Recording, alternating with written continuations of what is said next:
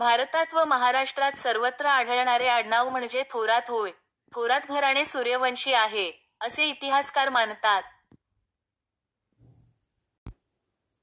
इतिहासकार यांच्या माहितीच्या आधारे थोरात आडनावाची उत्पत्ती खालील 3 प्रकारे सांगता येते. थोरात नावाची उत्पत्ती वैदिक काळातील ऋषी आणि ऋषीगण यांच्या नावावरून आले आहे, असे काही इतिहासकार म्हणतात.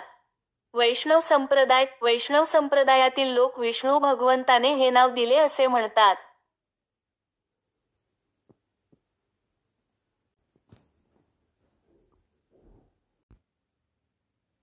अशीच माहिती आपल्या आडनावाबद्दल जाणून घ्यायची असेल तर कृपया कमेंट बॉक्समध्ये आपले आडनाव टाका आणि आमच्या चॅनलला लाईक व सबस्क्राईब करा. धन्यवाद.